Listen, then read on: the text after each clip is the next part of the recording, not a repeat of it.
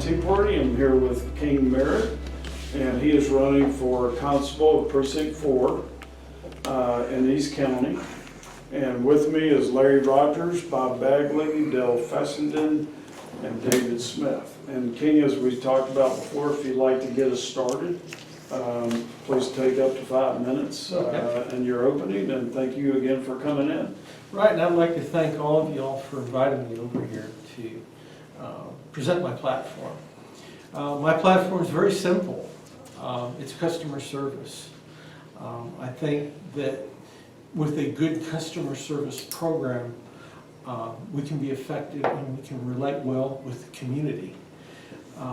Community involvement is paramount to this overall mission and success of a law enforcement agency.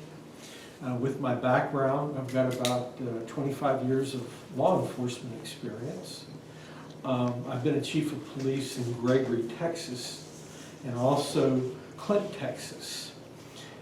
At both agencies, I established and maintained an emergency response system in which if we have any emergencies, especially floods of sort, we have coordinated with local school districts to where we can get people to a safe area. I think especially where we're located, that would prove to be very important, that we have that your law enforcement officer that you're already paying taxes on. These are services that you're already paying for. You should be receiving these services, especially when we see a tropical storm out in the Gulf. It's important that we already have a proactive program in which these service response teams are already in place, and we're able to get folks to a safe area, especially in the flooding, and we have a designated facility for them to stay until the emergency passes. And again, number one priority is that you do not pay extra for these services. They're already included in your taxes that you already pay, which I think are too high. But if you're going to pay high taxes, you should be receiving high services. And these are services that you should already be receiving. That's number one. Closure. Many times people contact law enforcement agencies and they say, well, we don't know what happened. We called them out here, but we don't have a closure to the call. And when I do get elected, I will provide this closure whenever you call my department. A supervisor or myself will come out, will follow up and say, hey, did we get there quick enough? Did we answer all your questions? Is there anything else you would like to add? And oh, by the way, this is what happened with your call. This is where we stand. My experience has been is many times this is left undone. And it's a very important component to build cohesion with the community so that the community knows that you're out there, you're doing your job, and you're providing these services that you are called on to do. That also factors into the customer service component, because now these citizens knows we're out there, we're doing our job, we're following up, we're trying to improve their quality of life the best we can. And that's what's needed. And that's what you're already paying for, and that's what you should be receiving. Another issue that I've found is that we need to follow the law. The law enforcement officer that is charged with law enforcement should be following the law. He should be the example. He should be setting the standard for the community on how one conducts themselves in conducting business. If we don't have a strong work ethic, a Christian value work ethic in our department, then we should be gearing ourselves towards that work ethic. What else? I can sit here and go on and on. I don't want to see y'all start to sleep here, but these are. I find that these are very important attributes that we have to have. you know, we can't just say, stick our head in the sand and go on about our business when we see that some of our leaders are not adhering to the Constitution. They're not following the rules of the game. You know, they're supposed to be following the rules. They're supposed to be an example. They're supposed to be providing services to the community. And I get angry when I see that our leaders, especially a law enforcement officer, not following up on these attributes. And sometimes I take it personally. I don't want the people to see me as just another constable that's out there just to collect a paycheck and do what he wants to do. No, I'm held accountable for what I do. I should be accountable to the citizens. I should be accountable to anybody else that's paying taxes in the community. Okay, all right. What, Don't get me going. You got me going. that's it? Well, that's good. That's good. So what is your current employment right now? I'm with the Liberty County District Attorney's Office. I'm a peace officer with them. Okay. And I just got off at 5:30 and I drove directly over Oh, here. wow, I appreciate that. That's a pretty good drive there.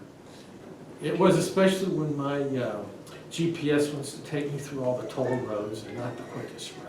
Right. So you're a Liberty County peace officer? Yes, sir. Right Yes, now? sir. Okay. Yes, sir. And what is that? Is that like a constable or? I work in the courthouse. No, we're peace officers that are attached to the district attorney's office. And that falls under the umbrella of an investigator. My job description is an investigator. But I work inside the courthouse. Okay. How long have you been in Liberty County? I've been there, I want to say around July-ish. I got it. You basically work with district attorney. Yes, sir. Yes, sir, I did. We have those same positions here.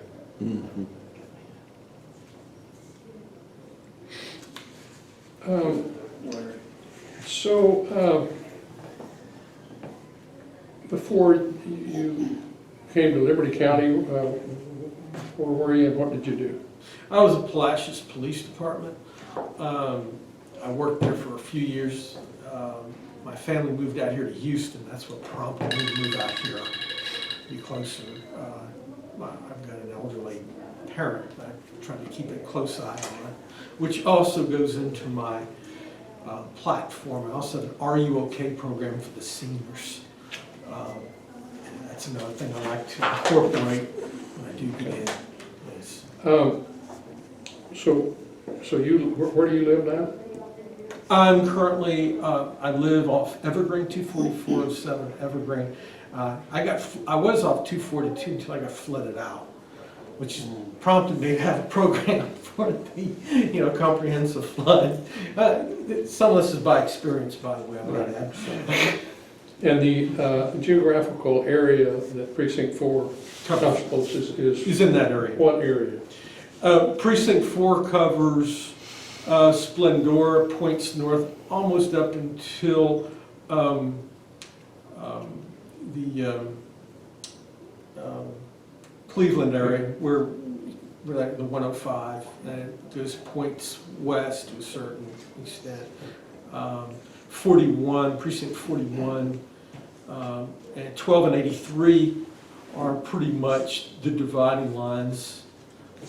East, and then all points west of 12 and 83 would fall into a different constable. Then running south is, you have precinct 93 and 94, which is the southernmost precincts. Reason why I know is I walked them already, so I'm pretty familiar with them. That's pretty much the area. That's top to bottom. Right, okay. Bob?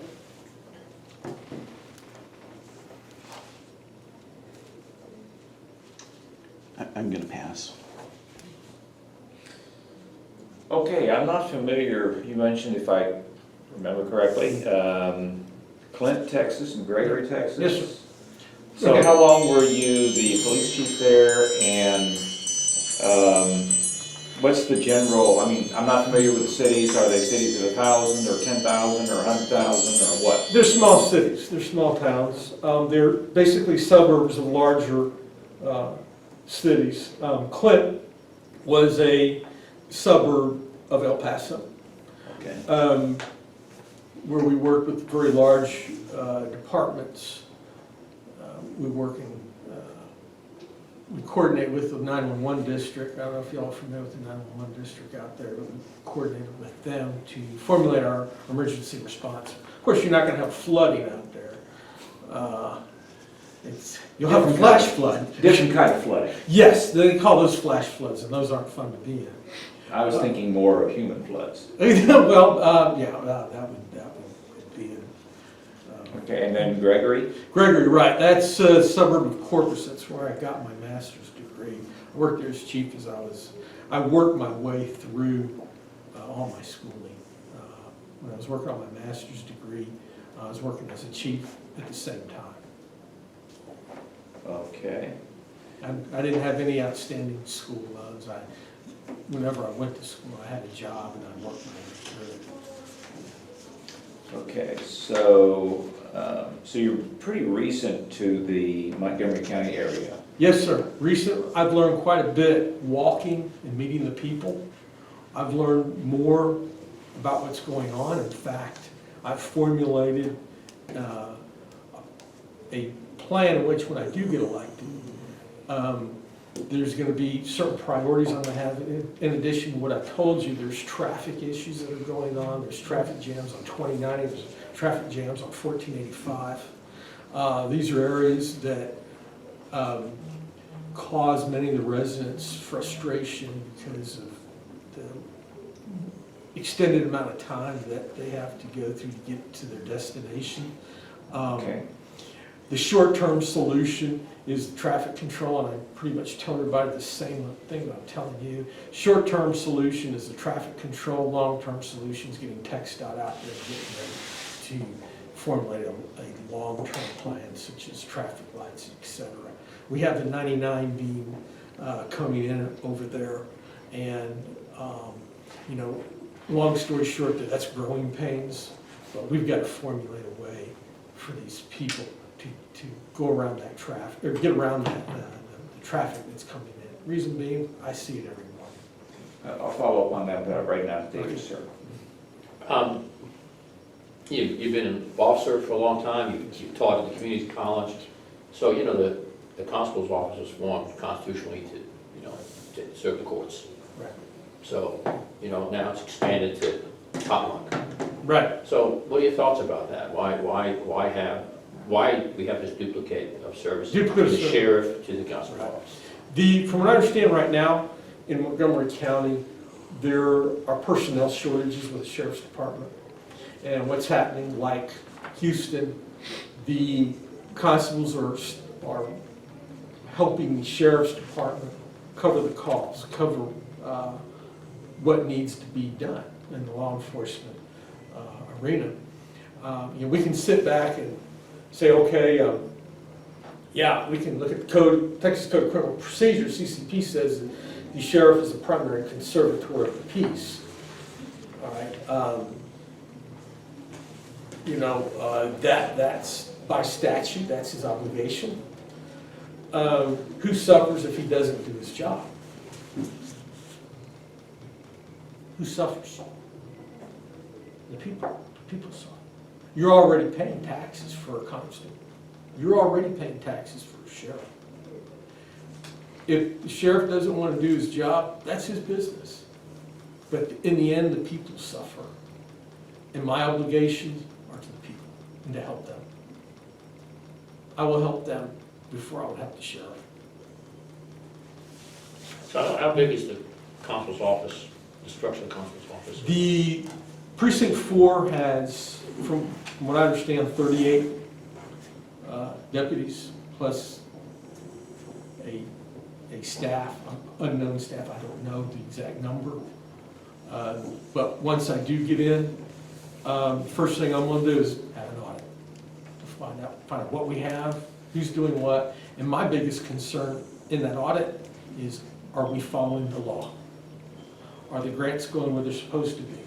Are the monies going where they're supposed to be? Is everybody in line with the law? That's my biggest concern. Do they provide any service to like the Splendora Yes. ISD? Oh, ISD? Any service to ISDs out there? From what I understand, the Splendora, the ISD, you know, they do their thing.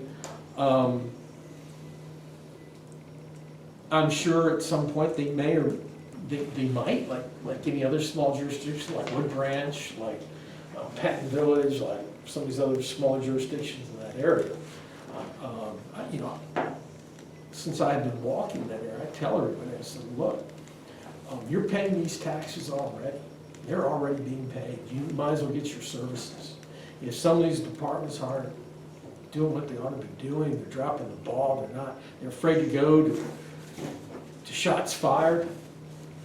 Because in that area there, off Patton Village, in between Wood Branch, there's a road called Tram Road where they've been having problems with people shooting guns and bullets falling down on people's houses. And I spoke to one lady, she says, yeah, we had to dig a bullet out.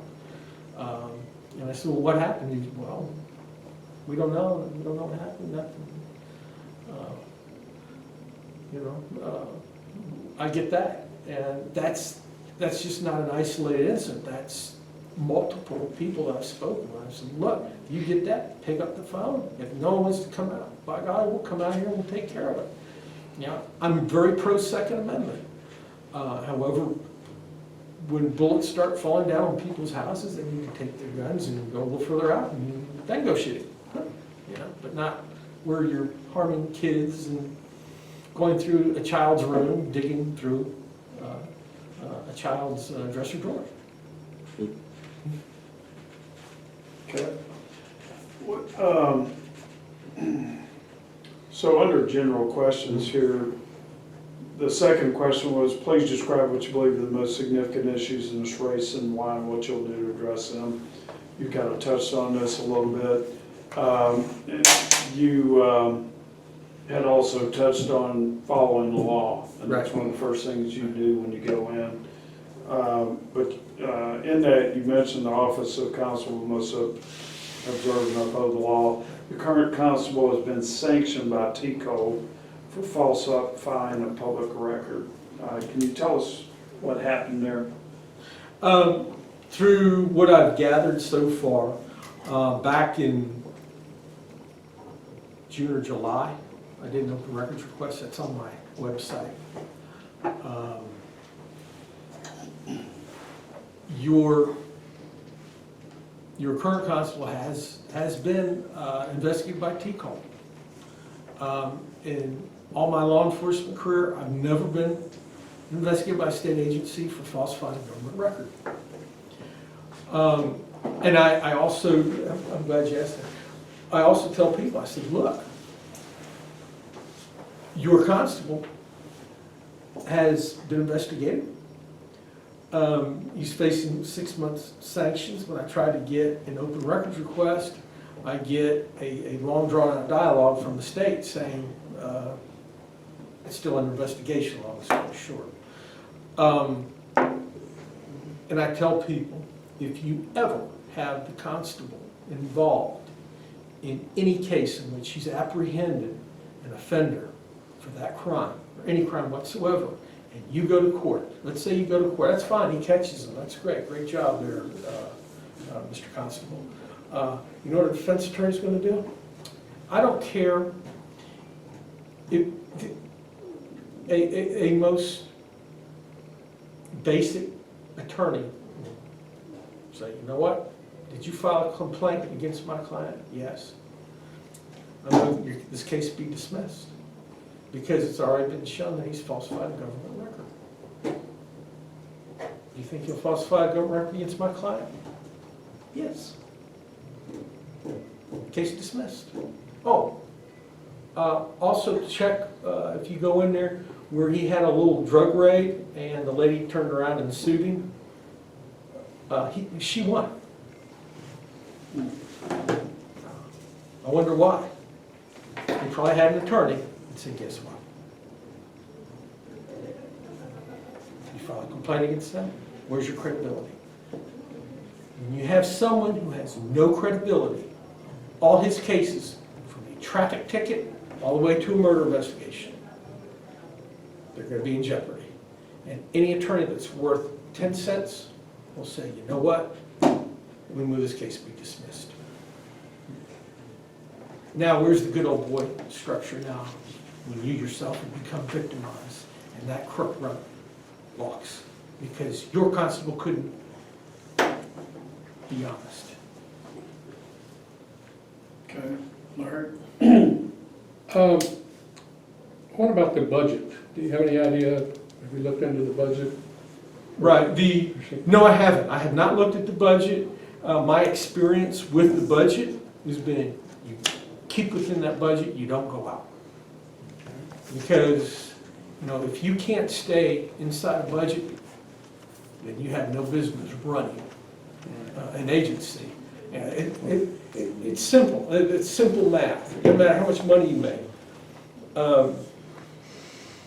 You've got to be able to pay your own bills, pay them on time, and not go in the red. And who's the constable now? Mr. Hayden. Hayden. And is there anybody else running against you besides him? To my knowledge, from what I'm like you, I'm looking at who's filed. The only person that's filed as of December 6th was Mr. Hayden and myself. I heard there's going to be a third one. I don't know if he has filed yet. Okay. And one of our questions, describe what you believe the most significant issues in this race and what you do to address them. Our number 2 was that there needs to be an emergency management plan. Right. Explain that a little bit. That's the most important thing. The emergency management plan is simply a coordination with other agencies that when we do have an emergency, let's use the last tropical storm. Okay, what happened in the last tropical storm before that, the hurricane? What happened there? We had a lot of water, didn't we? Well, we should learn a little bit. We should already know what areas are low, what areas were dry. Where can we send the citizens somewhere safe? Let's get them to a school where they got a gymnasium. Let's get them, give them enough time. We see it doesn't take a rocket scientist to figure out if you got a tropical storm sitting in the Gulf, it's going to come ashore at some point. We need to be ready. We have to be proactive. We've got to anticipate the worst. Because if you anticipate the worst, you're going to be ready. You get ready, you get people on call, you get people on alert, you say, okay, all of our equipment's ready. We've coordinated already with the school districts. We've coordinated with the sheriff's department.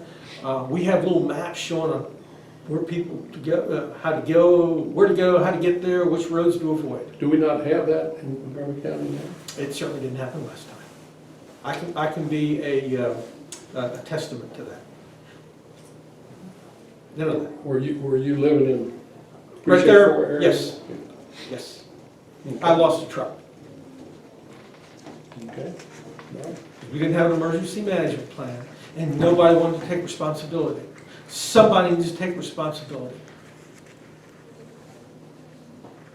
And you know what? And if I fail, I don't want any endorsements from anybody. If I fail, I don't want to get reelected because I don't deserve it. Because I didn't do what I said I was going to do because I wasn't a person of my word. Right. You were talking about the duties earlier Yes. of law enforcement, and that just because you're a constable and your constitutional duty is to serve papers and to be a bailiff, that there's other things that can be done as well. And I hear this a lot from people, but you know, the officers that are at the schools that are assigned to the school district, like Conroe ISD and New Caney, those are all peace officers as well. And if they're not busy, why aren't they out there on the roads the same way? That's a very good question. They darn sight better be. I'm not. I've worked as an SRO. I think that there are other agencies that would be better equipped to handle that. I'm not a proponent of having an SRO. I'm just gonna be straight up with you. I don't support that. I think that their duties should be out serving papers, whatever they're supposed to be doing, but more importantly, if we have a traffic jam, or we have whatever issues, and we've got plenty of them over there in East Montgomery, there's plenty to go around, and I just, I don't see the SROs. I can use them in a different, An SRO is what? school resource officer, I'm sorry. That's okay. Going to the camera. Yes, I really, I'm not a proponent of it. Again, they're licensed peace officers the same way as constables are. Right, I get that, if they, They're trained right, and they're trained, everything. they're under a different agency, then they're bound by a different agency. But if they're under my agency, and if I find out we have SROs out there in the schools, more than likely, I'm gonna probably pull them. They're gonna be out doing what they need to be doing. Okay. Helping people, participate in an emergency management plan, serving your paperwork on time, whatever the priority is that's going on at the time. I'm not a proponent of the SROs. Okay, thank you. Okay, Even though I have an education, I spent 13 years in education. well, and you said you got a master's degree from A&M, A&M? yes, sir. Okay, and what was the actual type of degree? It was a Master of Science in Vocational Education and Development. Vocational education? Right. Okay. And then I have 24 graduate hours in criminal justice. Okay. You need to have, whenever you teach as an adjunct, you need to have a master's degree plus 18 or more hours, graduate hours to teach at college. So I got, it's almost equivalent to 2 masters, but it's not. It's a master's and a half, let's say. Okay. Are you familiar with the issues in the some of the other sections of Roman Forest? Aside from the gunshots, traffic, speeders going up and down, when I was in Roman Forest, most what I got were the speeders and the gunshots. Roman Forest area. Okay. That's pretty much what I got over there. Okay, so do you have any thoughts on when you're elected, what you're going to do to address some of the issues that might be in that community? Yes. Have some people out there patrolling so that they don't shoot their guns and have bullets land on people's houses. Okay. David?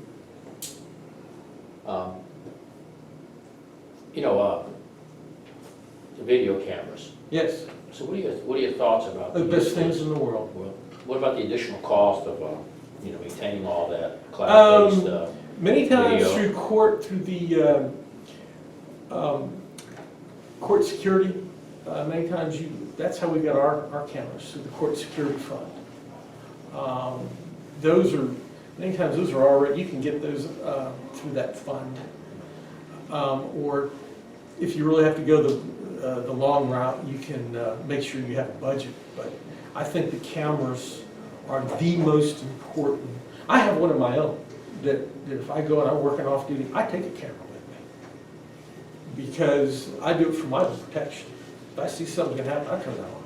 Or I know I'm gonna have to act or do something, or say something to anybody, I'm gonna have it on. That's me.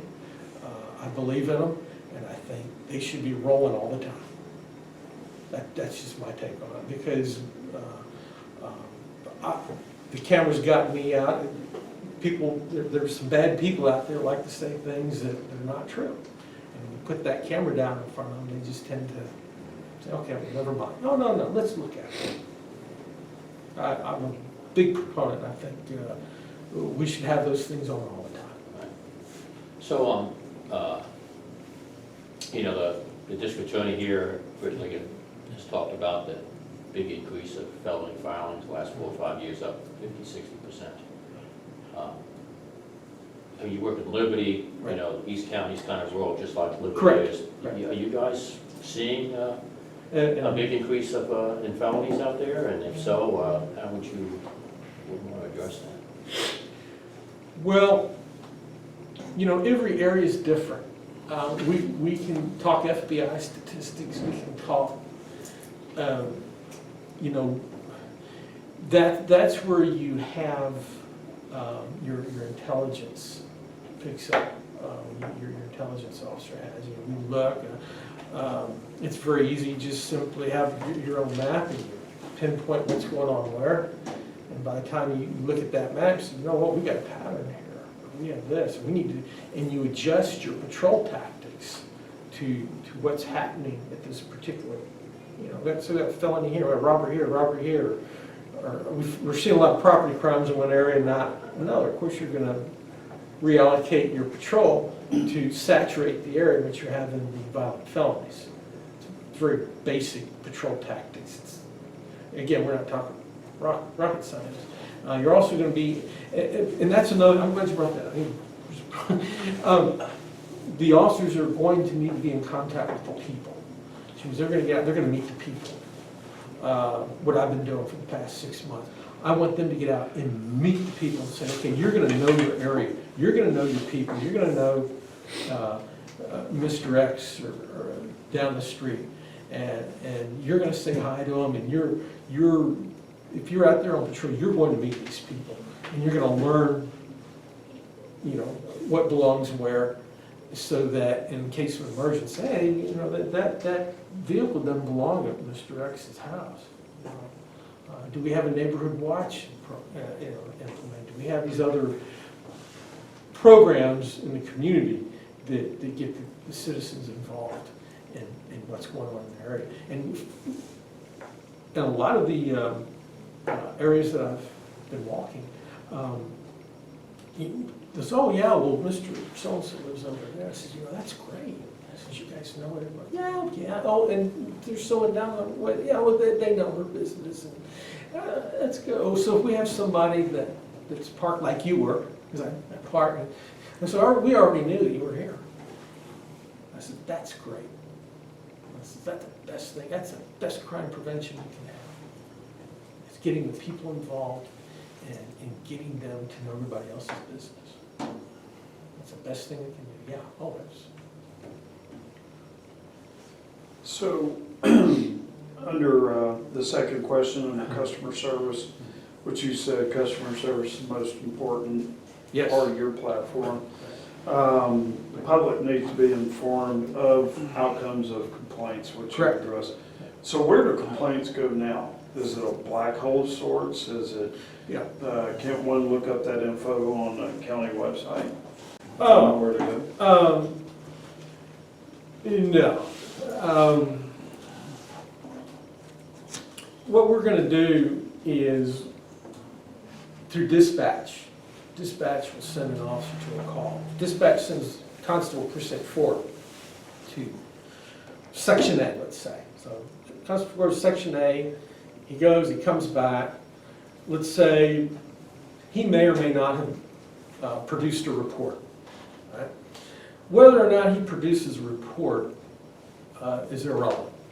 The mere fact that we were sent out there, that would send either myself or a supervisor to that location saying, hey, you know, let's say it was a suspicious person and never found him. Okay, well, there's a suspicious person, we didn't find him. We just want to let you know that we didn't find him, but we're going to be on the lookout for him. And if you have any more information, please let us know, because we don't. And we share your concern with the suspicious vehicle, because that suspicious vehicle could be a vehicle that could be, someone else could be looking for. And I tell people, I said, just because you don't think it's important, you still call us. And we'll get back with you. That's just an example of what we do. Now, it's a documented report. Okay, we have a documented report. Go back over, do we get all the information? Is there any more information you'd like to add? And these are follow-ups, because many times people file a report, they're upset or they're not thinking.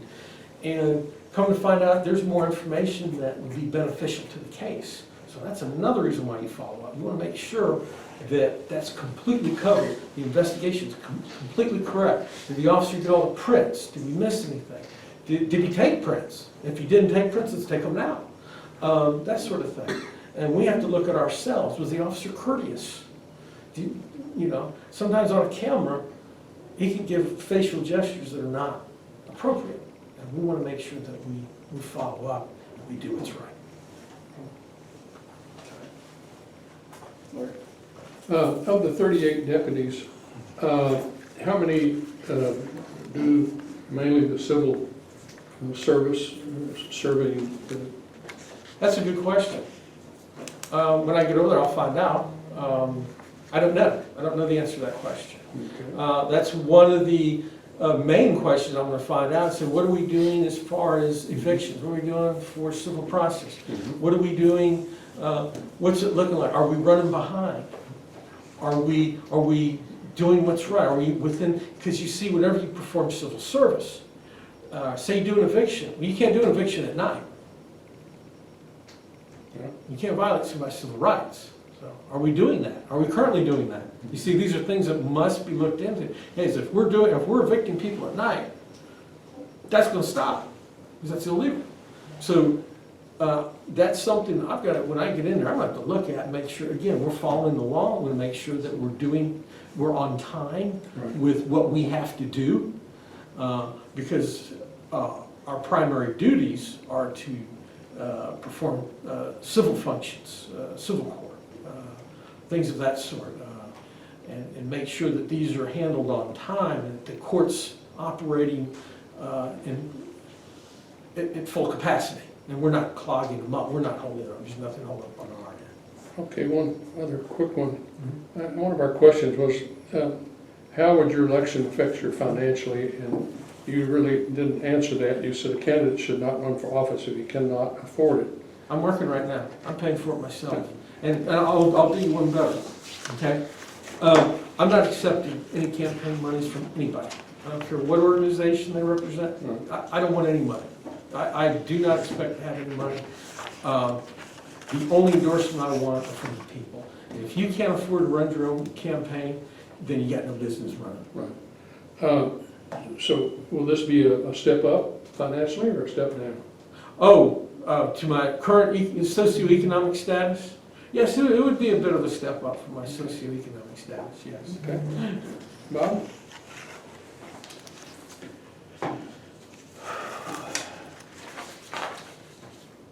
There are a lot of issues in East County.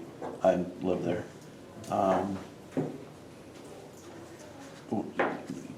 There was talk about Roman Forest. Back behind Roman Forest is King's Colony. The majority of, well, it's not just speeders. The majority of them are illegals. There's cartel living there and managing the whole thing. Most of the streets are dirt streets. It's The Old West. it's the slum area pretty much of Montgomery County. And when there are gunshots back there and the responses go, no one patrol car ever goes alone because of the problems that have been back there. And I'm with the hospital district, and we don't send an ambulance out there without an escort. We have a problem, don't We do. we? And what has been done? What Well, has been done? It's a political problem more so than anything else. Well, let me tell you something. That's gonna stop. I'm done. I don't care who you are. I don't care what nationality, what race, whatever. I'm not here to iron that through. I'm here to keep people safe. I don't care who's over there shooting guns. And now my blood pressure's going up. That needs to stop. I don't care what You can play the race card, you can do whatever you want to do, but the bottom line is there's shooting guns, there's bullets falling down, they're hitting people's houses, I'm done. And yes, I know your EMTs coming in through there, they'll only go in whenever it's safe. I get that, I understand that. But if your tax dollars that you pay, these people are too afraid, and as far as I'm concerned, they're cowards. And let me tell you something, I've been in a hot situation, you know, and yeah, I've seen some people duck out. But I'll tell you one thing, those people that duck out and they don't want to answer the calls, they're going to be fired. We're done. Your job is to uphold the law. You're to go out there and to do your job. And I will support my deputies as long as they do their job, they do it correctly, and they operate within the law. I will back them up. I'm not saying that they're not doing their jobs, I'm just saying that they're in a hostile environment, and I don't blame them for wanting to have backups as well, but it needs to end. This problem has been elevated all the way up to the governor, and I'm not playing politics. I don't do that. I'm not a politician. What am I doing? I'm running for constable. Okay, but I'm going to do my job. I'm going to do it right. I'm going to do it within the law, and we're going to operate. And we're going to do things the right way. We're not going to violate the law. We're going to do it right, and we're going to do it the way it ought to be done. And if there's people got issues with that, then I'm sorry. Let the cards fall where they do. thank you. Okay. I'm tired of cowards and politicians that don't have a spine. They're nothing but spineless amoebas. So I have no use for them. we got about 7 minutes. Okay, you've indicated that you have not contributed to any political or civic organizations, and that you, as far as conservative groups, that you've been a member, you said Republican Party for 9 years. Is that national party, state party, local party? Please Yeah, look, fill in the blanks. I ran as a Republican in El Paso, Texas. Okay. That's a border town. It's very difficult to win any kind of seat when you're in a predominantly Democratic area.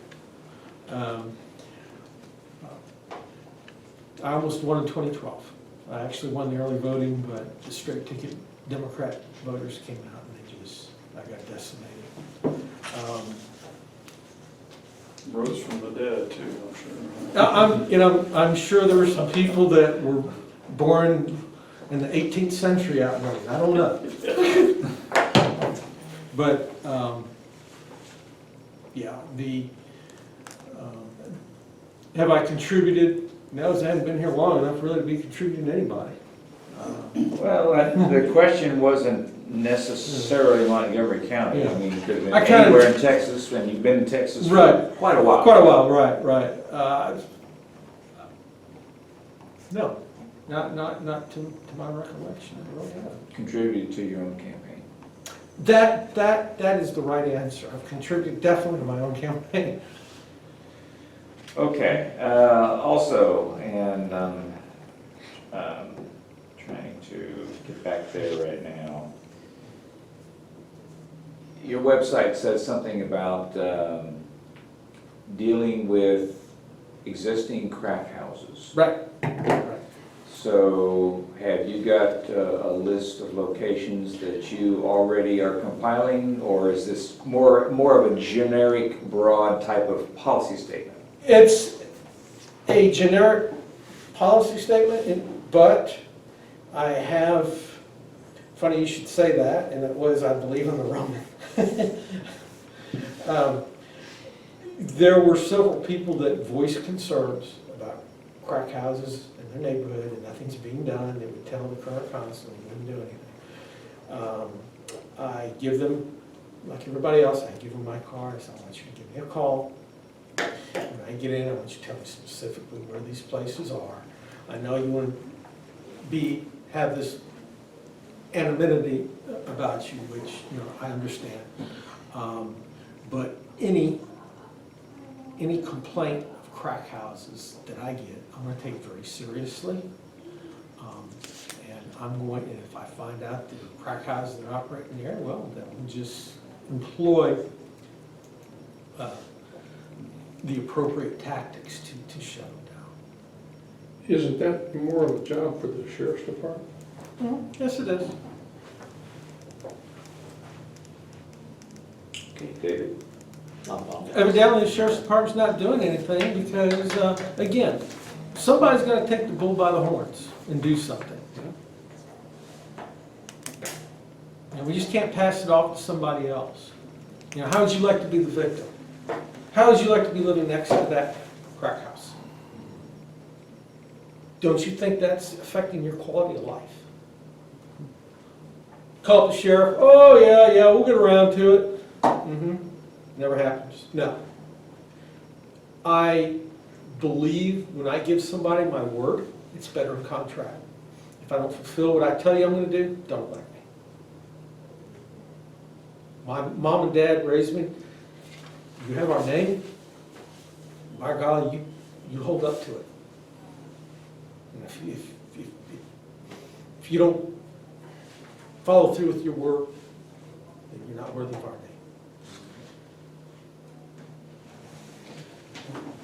Okay, anybody else got one more question they want to ask? I feel better. Thank you. I vetted myself. Do have one. No, they're One not more. yelling. Nobody else has one. Go ahead. Civil asset forfeiture. There's a lot of different opinions on that. Yep. What is your opinion?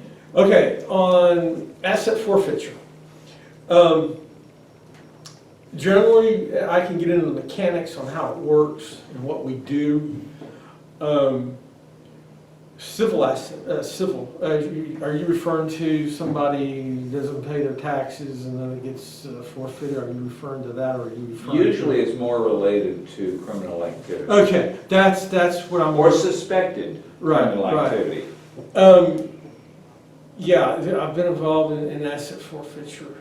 Generally what we do is we get a contract with the district attorney's office whereby they get a certain percentage of the assets that are being forfeited. And depending on how well you negotiate with your DA, and is it 60-40, 50-50, you kind of got to get in that. If my biggest concern on that is, everybody involved in the forfeiture, are they all involved in criminal activity? If we have the Crips and the Bloods, known gang members, everybody's I'm good with that. But my concern is we don't want Big Brother to be sticking his hand too far out into perhaps somebody that may not be involved. Are you aware of any incidences where something has been seized that should not have been? That I've been directly involved in, no. Well, I just said, anything are you aware of? That I'm aware of.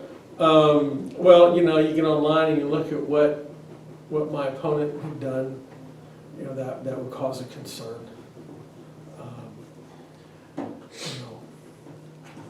Okay.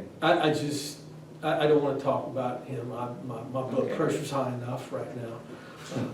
I'm gonna have to go down there and calm down when I get out of here. But we just have to do what's right. And we have to be willing to sacrifice.